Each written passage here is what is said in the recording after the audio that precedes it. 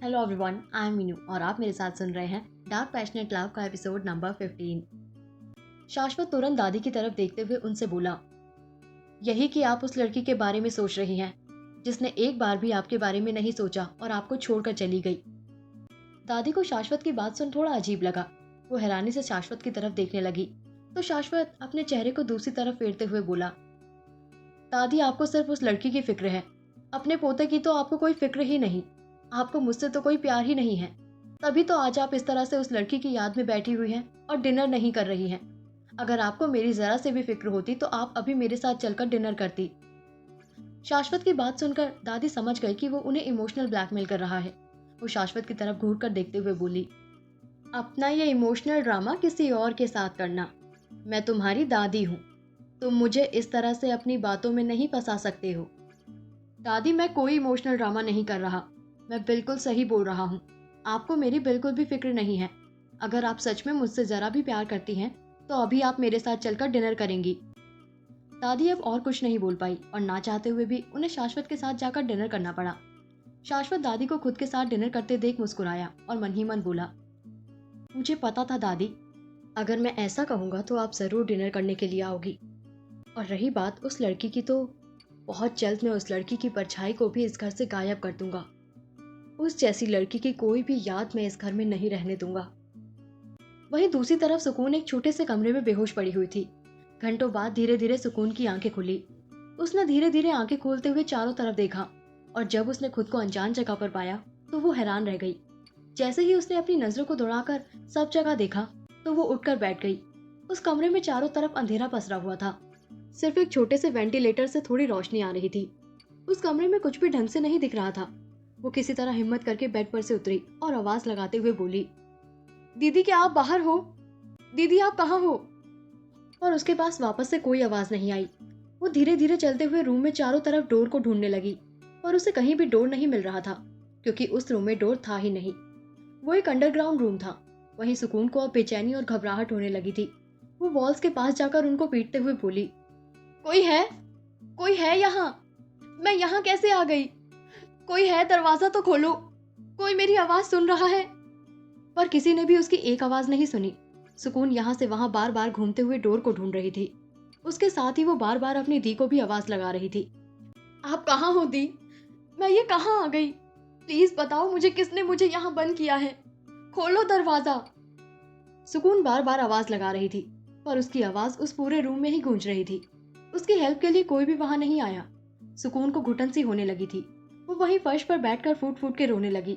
वो रोते हुए बोली, प्लीज मुझे मेरी मम्मा के पास जाना है, मुझे मेरे डैड से मिलना है, प्लीज कोई हेल्प कर दो। दी, आप कहाँ हो? आप मुझे कहाँ लेकर आ गए? मुझे दादी के पास जाना है, दादी के पास रहना है। ये सब कहते हुए सुकून बार बार बस रोई जा रही थी। उसकी आंखों से तेजी से आंसू गिर रहे थे। वो अपने घुटनों में अपना सिर छुपाकर बिलक बिलक कर रोने लगी। पर अफसोस, उसके रोने पर भी कोई उसकी हेल्प के लिए वहां नहीं आया। शाश्वत, जो कि अपने रूम में किंग साइज बेड पर गहरी नींद में सो रहा था, अचानक से झटके से उठकर बैठ गया।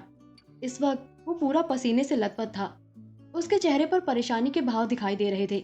उसे बहुत ही ज्यादा घबराहट और बेचैनी महसूस हो रही थी। वो समझ नहीं पा रहा था कि ऐसा उसके साथ क्यों हो रहा है।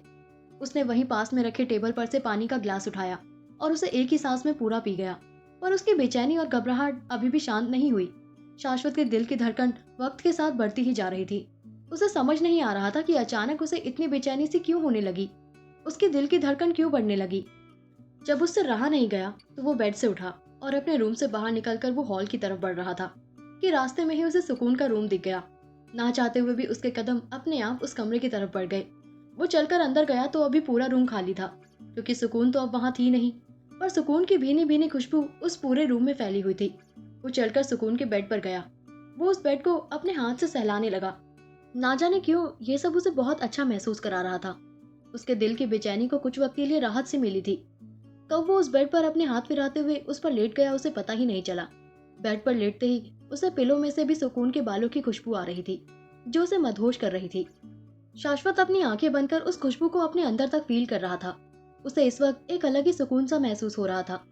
भले ही वहां अभी सुकून नहीं थी, पर शाश्वत को ऐसा लग रहा था जैसे सुकून यहीं आसपास ही है। वो सुकून को महसूस कर पा रहा था। वो उसके लिए एक अलग ही एहसास था। जो कि उसने आज तक कभी भी किसी के लिए फील नहीं किया था। इस तरह लेटे हुए ही उसने अपनी आंखों को बंद कर लिया, पर तभी कुछ सोच उसके हाथों की मुट्ठी कस गई। उसने अपनी आंखें खोली और फिर गुस्से में बोला, नहीं, मैं ऐसा नहीं होने दूंगा। सुकून तुम इस तरह से मुझ पर हावी नहीं हो सकती। मैं कभी किसी लड़की को इस तरह से खुद पर हावी नहीं कर सकता। ये सोचते हुए उसने गहरी सांस ली और अपने हाथों में पकड़े पिलो को एक झटके में दूसरी तरफ फेंक दिया। अब उसकी आंखें सर्द हो चुकी थी। वो सर्द निगाहों से पूरे रूम को घूरने लगा। इस वक्त उसे सुकून पर हद से ज्यादा गुस्सा आ रहा था। इसके साथ साथ ही उसे खुद पर भी गुस्सा आ रहा था कि आखिर वो कैसे उस लड़की को याद कर सकता है जिससे वो बहुत नफरत करता है, जो उसे छोड़कर चली गई। उसकी दादी को, जो उसे इतना प्यार करती है, उन्हें छोड़कर चली गई। नहीं, मैं किसी लड़की के बारे में इतना नहीं सोच सकता। वैसे भी वो लड़की मेरे लिए कोई मायने नहीं रखती। वो सिर्फ यहाँ अपने मतलब से आई थी। वो एक नंबर की सेल्फिश और मतलबी लड़की है। इन जैसी लड़कियों को मैं बहुत अच्छी तरीके से जानता हूँ। मैं उन सबको खुद पर हावी नहीं कर सकता।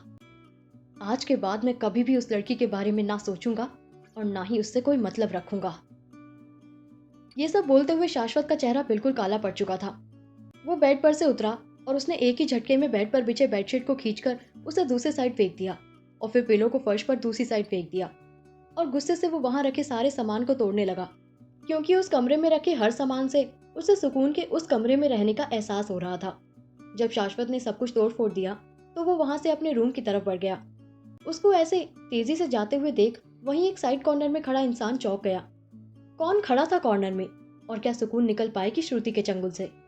क्या होने वाला है आगे, जानने के लिए सुनते रहिए कहानी के आने वाले एपिसोड्स। Thank you.